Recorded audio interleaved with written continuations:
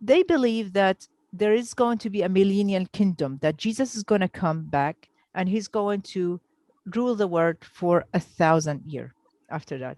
So in Revelation 24, it says, "Then I saw thrones, and they sat on them, and judgment was given to them. And I saw the souls of those who had been beheaded because of their testimony of Jesus, the martyrs, and because of the word of God, and those who had not worshipped the beast on his image, and had not received the mark on their forehead and on their hand. And then they're going to come with the Christ, and they're going to rule for 1,000 years." And Muslims also, the mainstream Islam or Muslims, they believe that Jesus is going to come again and he's going to rule the world. Okay, but he's not going to rule as God, just like Christians say, but he's going to rule as a prophet, and he's going to live just like anybody else. He's going to get married, he's going to have children, and die peacefully and normally, just like anybody else. Does that make sense? But not only that, he's going also to come and kill the Antichrist, the one who's going to claim to be the Christ. And a lot of people are going to be following them. And the first people who are going to follow the Antichrist are the Jews, because they are still waiting for him. They did not believe that Jesus was the Messiah. They're still waiting for a Messiah. Subhanallah. So also the Antichrist, it is actually mentioned in Revelation 13, where he's going to come and he's going to make great miracles. He's going to come and say that I am going to give you peace. He's going to, he's going to raise the dead. He's going to heal people and so on. He's going to bring fire on the ground. So people are going to believe in him because he's going to do all these miracles, great miracles, that people, they're going to look at him like he's a great man. He's going to be like a leader. I think he's going to be a political leader. He's going to come and say that I am, and then he's going to say that he's the Messiah. He's going to claim that he's going to be the Messiah. And a lot of people are going to follow him. But also in the hadith, that the believers, the true believers, are going to distinguish, and they're going to know that he's not, that he's not the Christ.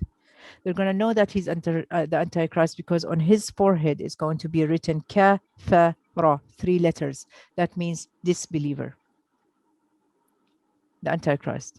There are also some other gestures and signs for that, but I'm not going to talk about that because I want to focus more on the land of the promised land. And I want to answer on the question, why do the Muslims support the Palestinians, and why do the Christians support the Israelites? Then there's going to be a great war that is going to happen between the believers and the disbelievers, where Jesus is going to come. The true believers are going to follow Jesus Christ, peace be upon him. And then there are the other disbelievers who are going to be following the Antichrist. And they're going to come and they're going to have this big war where Jesus is going to kill the Antichrist. Subhanallah.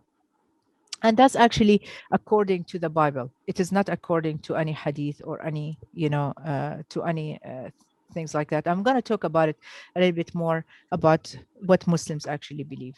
The book of Revelation talk about the signs of the world and what's going to happen in the future and so on. So they made some kind of illustration through this map over here of what's going to happen, like all the punishment of God, the 7 punishment, the 7, everything with 777 and so on. But I'm not going to go through this. I actually have a whole lecture about this in my YouTube. You can go back to it.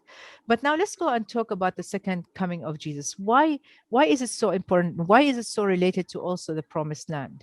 Because they say that once Jesus come in, he's going to be in the promised land, and he's going to be the king of the Jews, and then the Jews are going to be supreme over the other nations, and all the other nations will be blessed by the Jews, and the Jews are going to be the mediator between God and those nations, just like the prophets are mediators between people and God.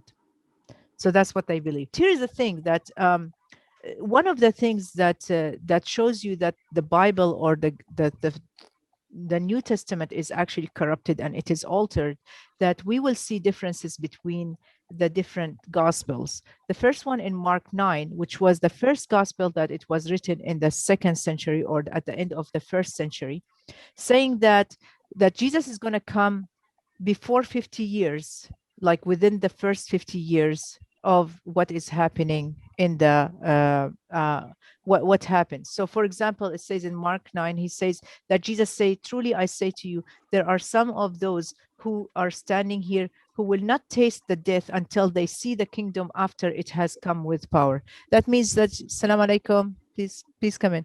So they say that Jesus is going to come, within the 50 years after his resurrection. That was in Mark and in Matthew and Mark. Now, if we go to John, which was the last gospel that it was written around in the 3rd century, because they kept waiting and waiting and waiting, and Jesus never came. So now they have to adjust it. They have to adjust it, right? They have to correct it.